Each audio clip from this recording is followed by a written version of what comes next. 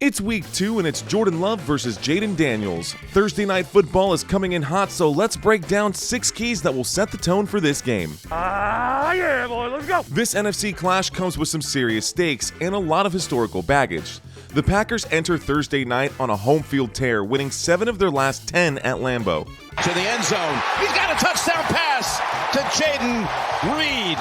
Green Bay leads the all-time series against the Washington Commanders with a record of 22-17-1. Their recent battles are split 2-2, but the Commanders' last win at Lambeau predates the cell phone era, with Washington's last win at Lambeau dating back to 1988. Both teams enter week 2 at 1-0, coming off division wins. Washington beat the New York Giants 21-6, no surprise there, and the Green Bay Packers beat the Detroit Lions 27-13. Momentum is riding high for both teams after dominant divisional wins. These two quarterbacks promise to bring a fireworks show in week 2. Jordan Love finished week 1 with a 128 passer rating, good for 188 yards and 2 passing touchdowns. Love from the pocket to the end zone, and Kraft has it! He now has 62 career touchdowns against just 25 picks. His 63.7% career completion rate and 8,342 career yards underscore Green Bay's offensive stability. And Washington answers back with Jayden Daniels, who's already looking like a franchise quarterback in just his second season. Daniels finished week 1 with a 63.3% completion rate, 233 passing yards, and 1 touchdown, and he added 68 rushing yards, showing off his dual threat abilities. In 18 career starts, he's completed over 68% of his throws for 3,800 yards and 26 passing touchdowns to just 9 interceptions, all while sporting a 100 career rating. Both of these teams are built to grind it out on the ground. The Packers running back Josh Jacobs faced tough sledding against Detroit in week 1, finishing with 19 carries for just 66 yards, but he did manage to get the go-ahead score. Last season, Josh Jacobs carried the ball 301 times for 1,300 rushing yards and a career-high 15 touchdowns, so look for Josh Jacobs to get the ball early and often as he tries to improve his yards per carry in 2025. Washington, on the other hand, their ground game is now powered by rookie Jacory Krosky-Merritt, who had a 42-yard run against New York in week 1. 10 carries, 82 yards, and 1 touchdown in his first career game? Not bad. The Commanders are averaging 6.6 yards per play after racking up 220 rushing yards last week. Now, both teams have more offensive weapons than they know what to do with. A good problem to have in the NFL. In week 1, Green Bay's top receiver was Romeo Doubs, who caught 2 passes for 68 yards. But there are a lot of other options for Jordan Love.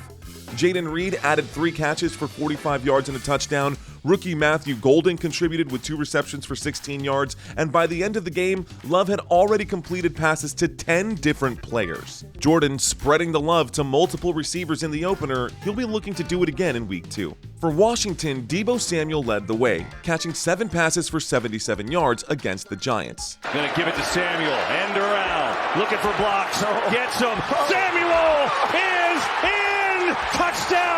Terry McLaurin, the star of the Washington Commanders wide receivers, only had 2 receptions for 27 yards and no touchdowns. Meanwhile, tight end Zach Ertz caught 3 passes for 26 yards and a score. Washington's pass catchers are looking to improve on last week's performance, but with the Packers' new pass rush defense, that could be a lot easier said than done, which brings us to key number 5. The defensive lines are gonna be a battleground for Thursday night football.